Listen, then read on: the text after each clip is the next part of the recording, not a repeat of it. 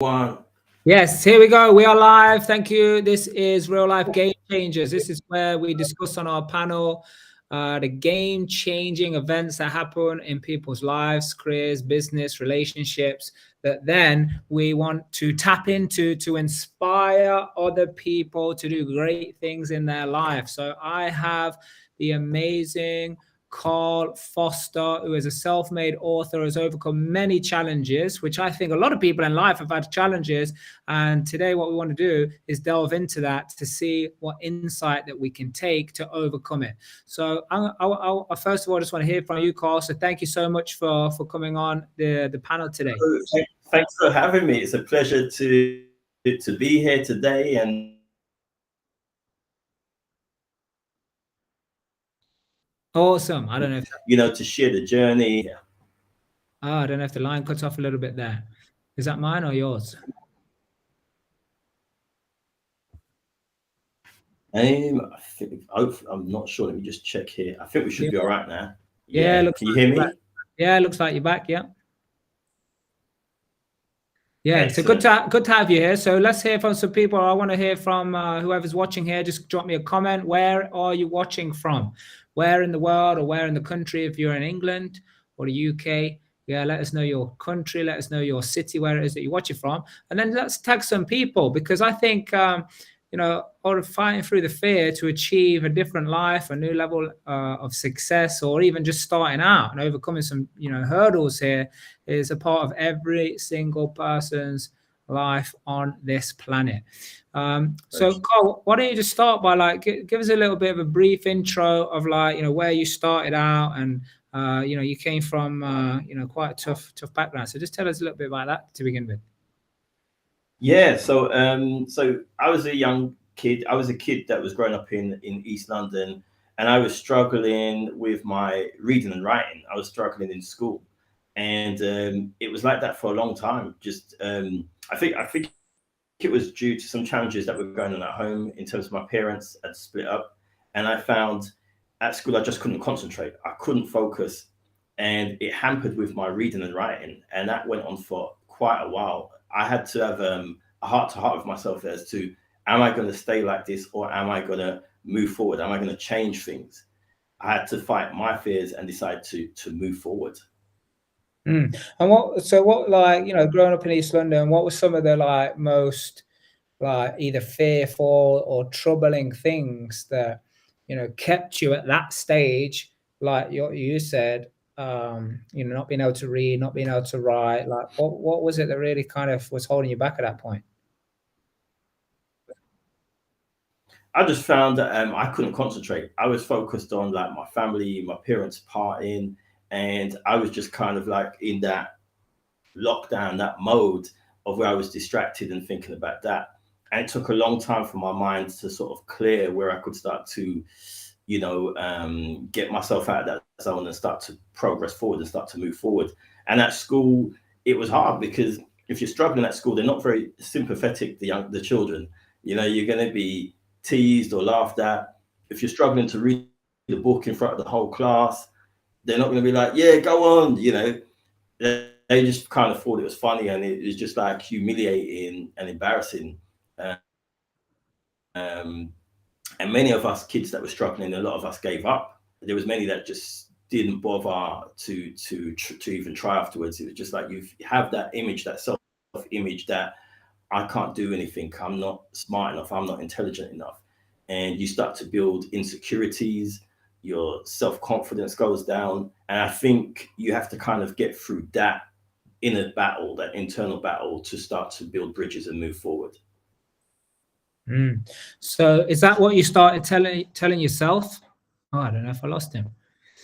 Yeah, so guys, do comment on here so I know who's watching and where you're watching from, and also let me know what fears, challenges that you've had in your life as well, because I think what we're going to go through tonight with Carl, we've got a great few points that we want to cover, but most of it is about starting to do something that you love. So a lot of people in the real life community, they're starting out in business, they're starting out in property investing, but there's always a lot of fear. People who are out there in this world watching these things, listening to things on social media, maybe even seeing things in the media, on the TV and in magazines and papers, like they're just not sure what to listen to, and it creates more fear. So let me know in the comments, what fears have you conquered, or what fears do you still have going on? Like, what are your biggest fears? It's not really something that people talk about a lot. It's mainly like avoided, and people don't want to hit these things head on, and people want to brush it under the carpet.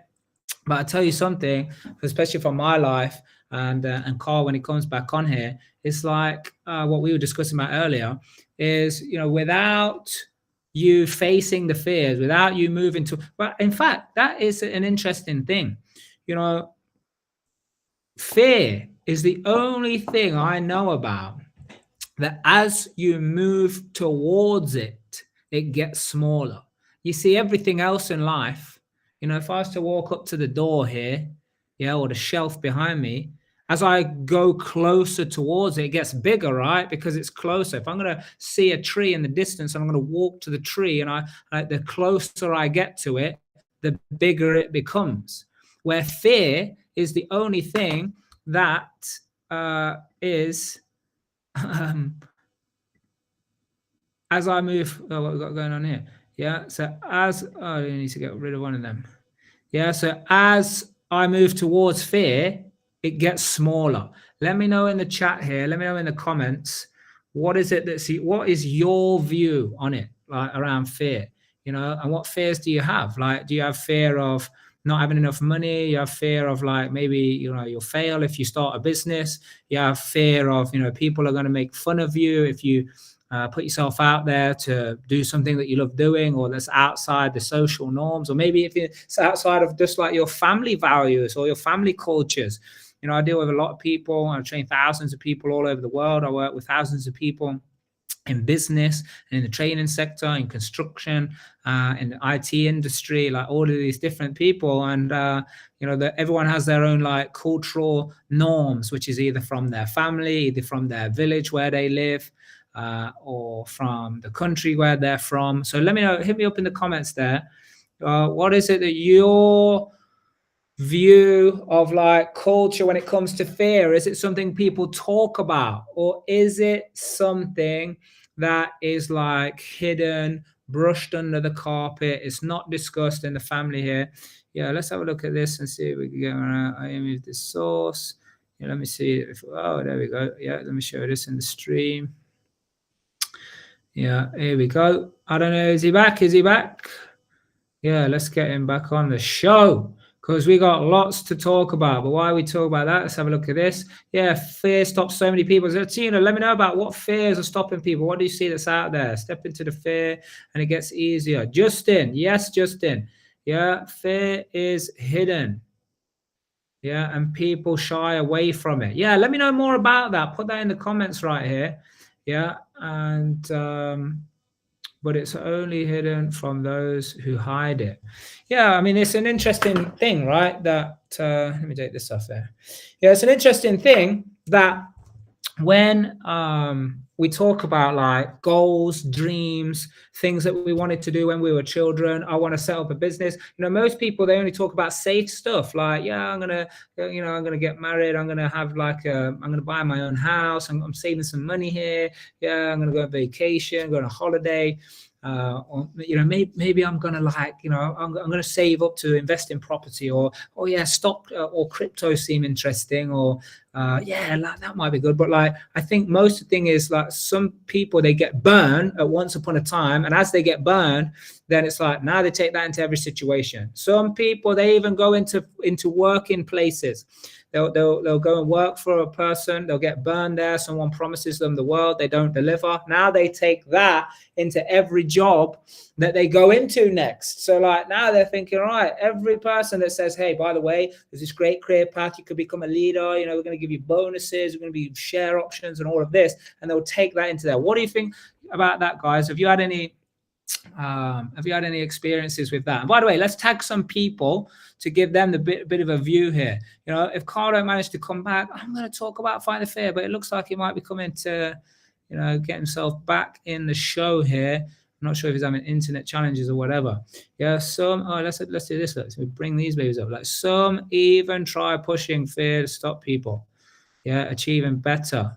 if that makes sense. Yes, it does make sense. Yeah, fear. Here we go. Look, fear of what other people think of them. Yeah, so let me know in the comments and tag some people in here so we can get some traffic coming. And then see if we're going to see if we can get Carl back on here. Yeah, but either way, we're going to talk about the fear. That's what we're going to talk about. Yeah, we're going to talk about the fear here. And oh my goodness, you know what? This would be so cool. Like we could even have some panel guests.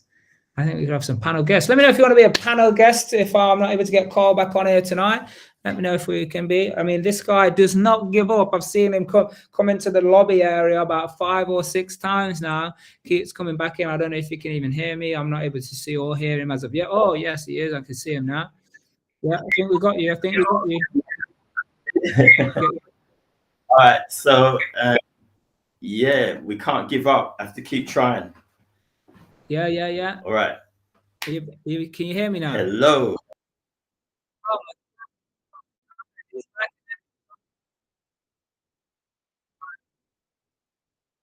This thing right here looks stupid. That's what we like to do.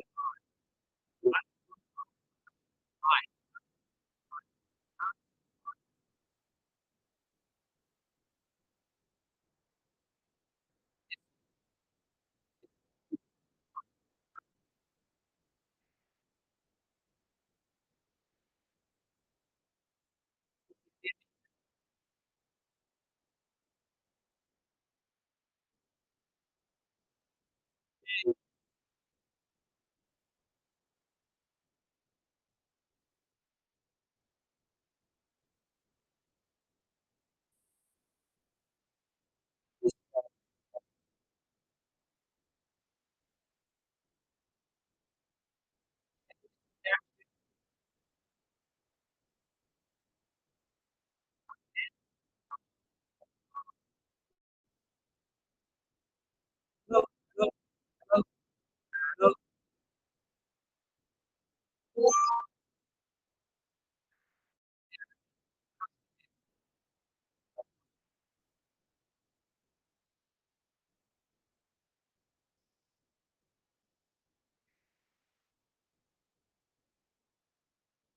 All is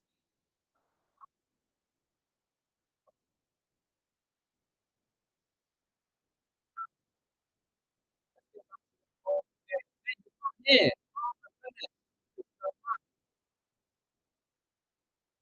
for business. Yes. Okay. Can you hear me? Are we back? Can you hear me? Yeah, I can hear you loud and clear. Nice. Okay. Some people are saying that it's a break. It breaks up. Let's see what the situation is here. All good. Yeah, we're back on, are we? Yeah. Let me know if you can just put. Oh my God, he's gone again.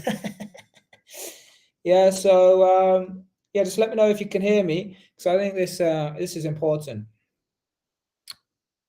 Yes, it works now. Oh, you're both back. Can hear both. Yeah. So anyway, this fear thing is like it stops people going out there and investing in themselves. And when I say investing in themselves, I'm talking about the time, I'm talking about the money. Yeah. And I'm talking about just opportunity, investing in opportunity. Yes, Dawn. Tag some people in the tribe because I think together, well, let's get you back in here.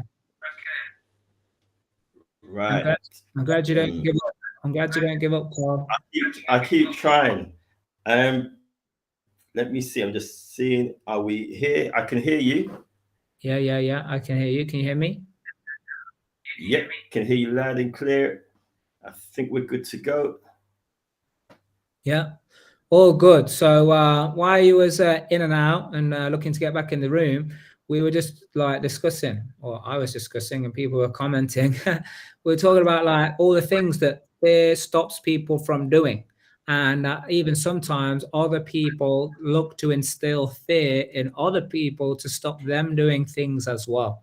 That's So right. let's actually just discuss that. And like, when it comes to people winning in life or starting out a business or property investing, Maybe they want to write a book, like I know you have. Maybe they want to find the relationship of their dreams. Like how much does fear have to play with like the person's either success at it or their level of action? I think it has a major part to play. And you touched on something about the people around them that may discourage them. So you've got the internal fear because you're going in a new direction. You're going for something big, right? You're making a big move. So the people around you aren't necessarily going to support you. They may be saying, well, why are you doing that for? Why are you going to do that? Why bother with this? And in your own internal thoughts, you're thinking, oh God, I don't know if I can do this. I want to do it, but I don't know if I've got the skills. Am I smart enough? Have I got the experience? What happens if it goes wrong? And I think we tend to focus on what could go wrong. And then on top of that, we've got the people around us who are discouraging us. So fear plays a major part, and you've got to get over that hurdle. You've got to break through that fear barrier in order to move forwards.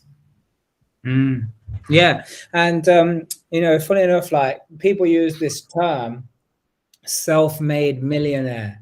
Yeah, or self-made. Now, I know you have a certain view on self-made, and you wrote a book called Self-Made, right? Yeah. That's right. I've got the t-shirt. Yeah, awesome. I will talk a little bit more about that in a bit. But what is your self-made philosophy? So for me, when I use the word self-made, I mean in terms of the vision. I mean somebody who's got a goal, a vision, a dream, and no matter what people say, they're like, this is just implanted in their mind that I want to do this thing, this particular thing. So it could be starting up a business, it could be, I don't know, it could be writing a book, it could be a combination of things. But they've got this dream, and it's quite a ways from where they are right now in life. So people look on and think, I can't see you doing that, but they're just locked in. That's how I see self-made. The opposite of self-made to me is somebody who just goes with the flow, someone who doesn't have any dreams, any goals. They're just trying to find happiness in life, but they don't really know what it is. So they just take shortcuts or do anything to try and feel happy. And often they can go down the wrong direction because they don't have any direction. But the self-made person has that dream. I want to do this. I want to start up this business. I've got this thing that I'm working on, this project, this goal, and they stay with it. That is interesting. Yeah. So like with this philosophy that you kind of come up with, and like you've been like driven for your vision and you want to help people, like before we get to like what you're doing now and who you're helping, what challenges like throughout your life have you had to overcome and really apply this self-made philosophy? So the challenges before we lost the connection was the challenges I had was at school with reading and writing and learning and concentrating, because there was issues going on at home. My parents had parted and I was dealing with that. And I know it impacts young people differently. Everybody impacts differently. But for me, it affected my ability to concentrate. My mind was somewhere else when I was in the classroom, and I wasn't sleeping properly at night. I was like daydreaming in class. I just couldn't concentrate. And I had to get through that setback within myself. I had to get through to the issues that were going on inside me in order to move forward. And when I could finally get control of myself, then I was able to start to develop and move forward and start to sort of put some goals together, some ideas together of what I wanted to do. I had about 3 big goals in my life that I really wanted to achieve. And there was 2 major goals I had when I was like in my teens and in my early 20s that I didn't complete or didn't carry through because I didn't have the philosophy that I have today. I didn't read the books. I didn't know about personal development. I didn't know about visions and goals back in those days. So when I would start something, I never finished it or never carried it as far. And it was only when I started to learn about personal development later on in life, when I had the idea to be an author, I was able to carry that goal right through to the end. So like if you were to explain personal development to someone and what it's done for you, like what's your view on that? So for me, it was learning about being able to use your mind effectively. We've got this powerhouse, which is called the mind, and we can accomplish almost anything once we tap into that. A lot of people look outside. We need to take a chance and look on the inside and see what we can get out of this master computer, which is our mind, which has the answers and the solutions to all things, or to many things. It's a creative power that we have. And through studying personal development, I was able to use my mind more effectively, set goals, learn the philosophy behind achieving goals, which is to have the vision, then turn that into a goal. For example, you may decide, I want to achieve this within a year, 2 years. That timeline of when you achieve the goal is never usually accurate. You either shoot too soon, it's either too far ahead. But the key thing is to go on the journey, and then you're going to put the plans together. You're going to take consistent action until it's achieved. And that was the things that I didn't know when I had some goals in my younger life.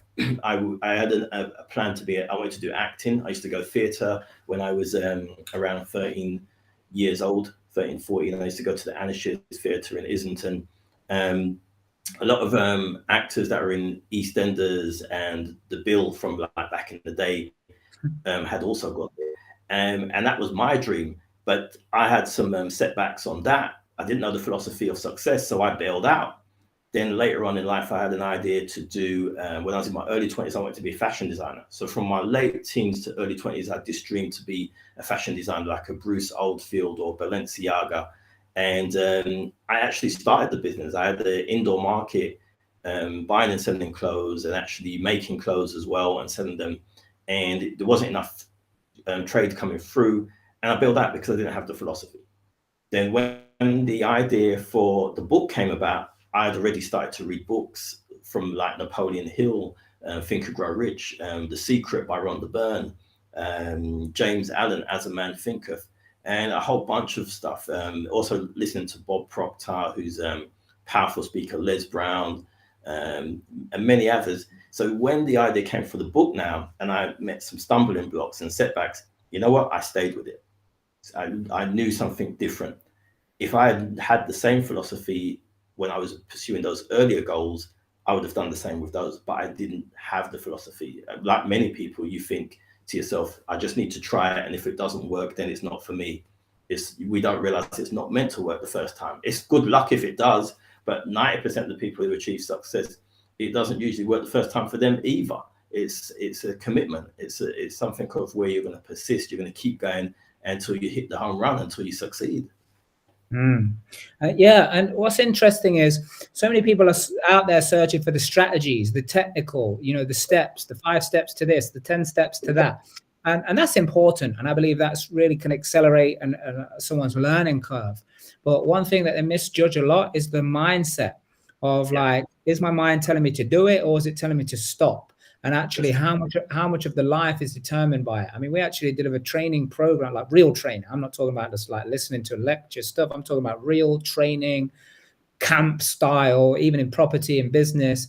And we throw in some crazy drills for like the real world scenarios of where like you're going to be hit by challenges, you're going to have stumbling blocks, and you're going to have to see and witness, am I the type of person that comes up with a way to do it, or do I come up with reasons of why it's not for me, it's not the right time now, I should do something else now, I should wait till later. This happens all the time in the stock market, the property market, buying a property, investing in it, building a business, earning more income, going for a new relationship, seeking out that business partner. And the mind is like a switch. Either it switches you on and you go for it, or it switches you off and you find ways to get out. So I'm so glad that you said all of that stuff. So, I think it's a crucial part, and like you mentioned in terms of your training, that you actually incorporate that, because I think that was what hit me with a lot of my goals when I was like in my teens and in my early 20s, was that, like many others, I didn't realize that philosophy. So I had the ambition, I had the determination, and I was taking action, but I didn't. What if it all goes wrong? What do I do? So I didn't have that. Through studying about personal development, I then knew that you're going to hit the stumbling blocks. You're going to get knocked left, right, and center sometimes. That's what separates those who succeed, is that these are people that are very highly driven. These are very highly driven people at a high level, and they have it at a high level, which is why they succeed where others fail. I mean, I could have been just somebody who said, I had an idea to write a book, but I never did it. I had a situation where with the book, I got a publisher. Everything was going pretty smooth. I got an editor, got a publisher. Everything was going great. And they were showing me the plans, the ideas, and I had to checklist off everything, proofread everything, and say, "Yep, I like that. Let's go ahead with it." And then there was silence. There was 2 weeks of silence, and I remember speaking to my coach and saying, "I haven't heard anything from my publishing company." Then, out of the blue, they came back and they said, "We're actually bankrupt, mate. With business has gone bankrupt, and we're going to give you back everything that we worked on. We'll give you all of that back, but we can't publish the book." So that was a kick in the face moment in the project, in the goal. And I thought, I knew this was going to happen. So, you know, and then I thought, no. Tap into the philosophy. This is what you wrote. Come on. And I had to get back on my feet, get back out there, start doing research, start contacting people, and going all crazy with it and going out and trying to make this thing work. And then we came into the following year, which was early 2012, and I found another publishing company, and they were able to take it through, and the goal was achieved. But you see, that is the situation that occurs many times. And some people, they would just thought, well, that's the end. And they would look back on their life and say, well, I nearly became an author. I nearly became a published author, but something happened and it didn't go through. But we've got to stay with our goals and we've got to see it through. And the same thing with business. You're going to go through challenges. I know some people in business and they've lost lots of money, and they come back and they win the game. So it's the same thing: persistence, perseverance, determination, willpower, and just keep staying with it and grow from the errors, grow from the mistakes, grow from the failures. Yeah, absolutely. So like you did all of that, you're consistently applying this, and you wrote a book. So like, tell us, about a little bit about the book, and like, tell us, obviously what you're doing with this now philosophy and who you're helping as well. Yeah, so with the book, how it came to be was really strange. It was just a case of I was working somewhere where we were doing training courses and things like that. And I was speaking to one of the students, and we were talking about ambition and goals. And I was saying, I want to do this, I want to do that, and so forth. And then she recommended that I read this book on the law of attraction. And this was way back in 2008, a long time ago now. And so I read the book anyway, and it led me to read other books and many other books. And before I knew, I was going to events, I was going to seminars and so forth. And I just had this light bulb moment. I was writing these little articles and things like that. And I had this light bulb moment that maybe I could turn this into a book. And, this is what I would say to listeners: when you have that light bulb moment, it could be about business, it could be about starting to do a business project. You got to jump on it. You got to go with it. And that's what I did. I had that light bulb moment to write this book, and I carried it through and just stayed with it. And long story short, the book got published, and it's led me to do other things in terms of public speaking, coaching, mentoring. I considered myself to be a shy guy before publishing the book. I wouldn't have been wanted to be on the stage, dead or alive, before. And then when the book came out, my coach and mentor said, well, you're going to have to go on stage and speak. And I was like, no, I don't do it. I hadn't been on stage or theatre since I was like 13 or 14, or back in the days when I was going to Anish's Theatre was the time that I'd been on stage. And I hadn't been on stage after that for about maybe 10 years or more. And then suddenly coming out of this book, all these other opportunities arised where people wanted me to do things that I'd never done before, but things that were really exciting. And I sort of thought, I want to grow into this position in terms of learn how to do the one-to-one sessions, learn how to do the public speaking. So I just spontaneously, just raw, went up on the stage and just did it and told my truth, just shared with the audience my story. And it was very nerve-wracking at first, but after doing it a few times, it became more comfortable, and I actually enjoyed the challenge of doing it, and the feedback and the impact, the connection with the audience was quite a buzz. Really, it was quite a pleasure to do that. So now that's really where I'm going in doing more of those, especially now that we've come through the lockdowns and the world seems to be moving more back to normal, if we can call it normal, but we seem to be having a little bit more of our freedom back. So I intend to sort of do some more of these events and workshops moving forward. Wonderful. And I know you're also helping like the children as well, and Yeah. coaching them. Tell us a little bit about that. Yeah, so like last year, we were still on lockdowns and everything like that, and we were still restricted.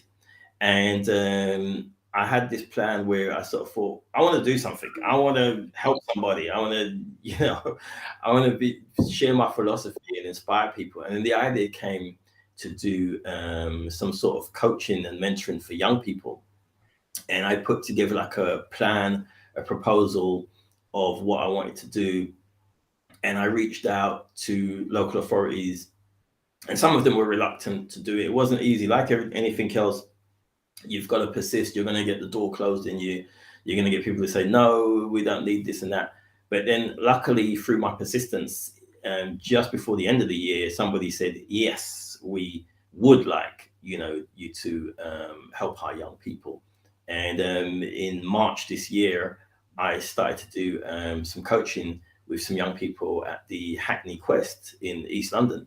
And it's just been a fantastic experience to be doing that. I don't know how to describe it, but when you've been studying something for years and you get a chance to share it with another person, and a young life at that you've got that young person, they're at the start, they're where I was, and I didn't have the philosophy when I was their age, and I'm having a chance to sort of share with them, to visualize their goals, build, that teach them that their dreams can be achieved, and share with them my journeys and my experiences, and motivating them and inspiring them. And they get so excited as well. I mean, by the time we finish the session, they've got a complete list and strategy of what they're going to do, where they're going to go, and so forth. And I'm just honored to be in a position where I've been able to do that. I never really thought being an author would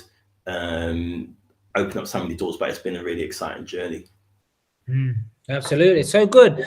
Like there's so many people out there that I don't know if it's always been like this, or I'm just seeing more of it, because when we first started training people, we realized that, oh, hold on, like there's things that like need undoing, like from the challenges and even sometimes traumas from their past. Yeah, so we just thought to ourselves, why wait, for that to happen and have to undo it?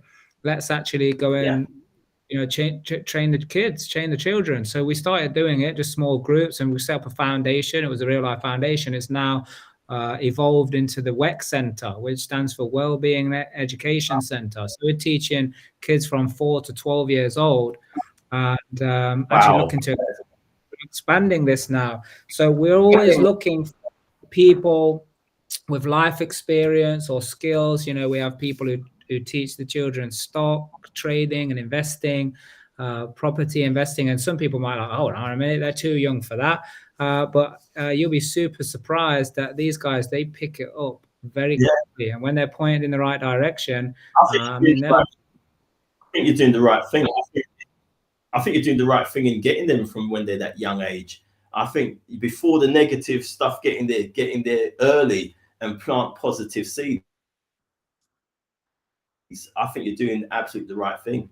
Yeah, well, and you too, and I think the more people that can contribute to such a thing like this, we just need the right context, we need the right environment for this to flourish, because like the kind of the system or the setup of this is to at the end of the day, people at some point they've got to learn to add value to society, add value to each other, work in teams, and do something that's useful, and do something that they love doing, and get paid for it.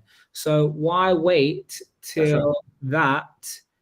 Why wait till why do 16 or 18 years of school? Why not just start it straight away? So like the philosophy is to have like each age group mentor an age group. So like the older, so the 12-year-olds are mentoring like the 8 to 10-year-olds, 8 to 10-year-olds are mentoring the 6 to 4-year-olds.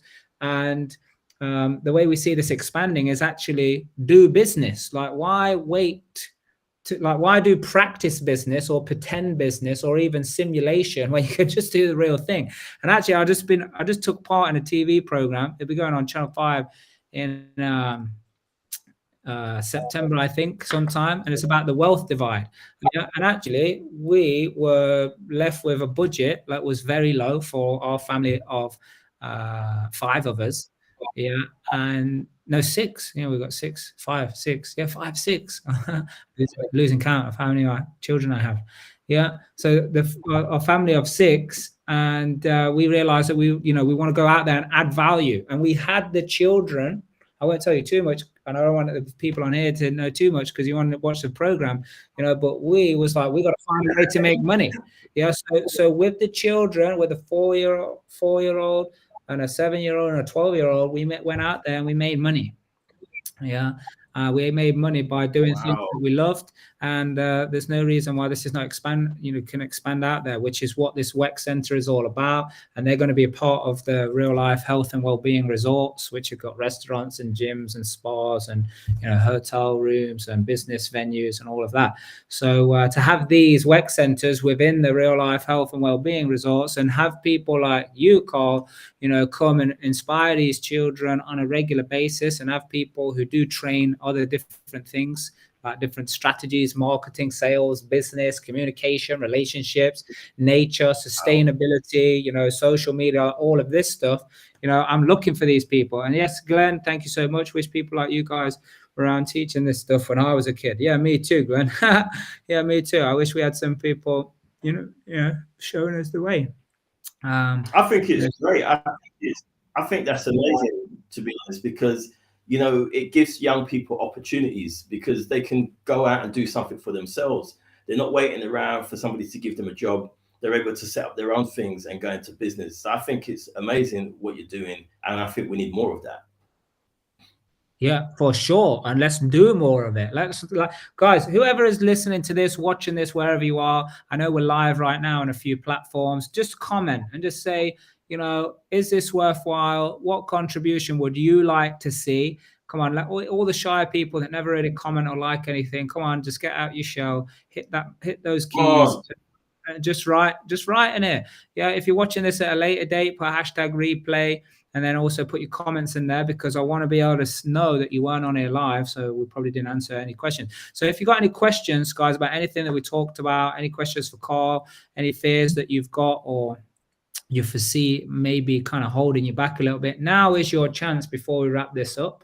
I know we've got the real life tribe have our mastermind. We have a weekly mastermind, by the way, which is every single week a mastermind, for the tribe to get together and brainstorm ideas to get through their property investing needs, their business needs, whatever it is. And once a month, we actually open this up for people. So if you're interested in being a part of that, put #open in the comments, and our team will get in touch with you, and I can register so you receive the details for that. So it's online mastermind, which is facilitated by our real life lead coaches. So yeah, thank you so much for coming on here, Carl. Absolutely amazing. So I've got a couple more questions to ask before we wrap this up, and one in particular is super important. So first question is, let's say right now you got a microphone that's going to translate to all the different languages across this planet, and you got a 30-second message you want to share down this microphone. What is that message? Set the goal and commit to achieving it. That was boom. That was straight to the point. Yeah. So if you got 30 seconds to help people, inspire people to set that goal, so they can set that vision to go and achieve it, what advice do you have for them? You've got to commit to it. You've got to go on the journey. You've got to be prepared that you're going to get knocked back, but stay on track. Stay with it. Beautiful. I love the sharpness and the directness of it, which, to be fair, it is pretty much that straightforward. I used to, when I was doing my FA coaching badges, because I always used to coach football as well. One of the guys who was training us, he was like, football is a simple game made complicated by idiots. That's what he used to say.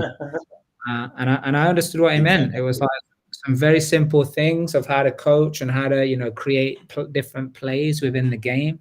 But it was all made complicated, by people, trying to pretend that it's rocket science when it's not. It is very straightforward. So before we wrap this up, I do have one question that I ask everybody. I like to get their view on it. And so before I do that, I just want to say thank you so much for coming on here. It's been an absolute pleasure. If we inspired just one person, it has been worth it. If we inspire one person, but I know you're going to have inspired many people, Carl. So thank you so much for being on here. Yeah. So here's a question. Yeah.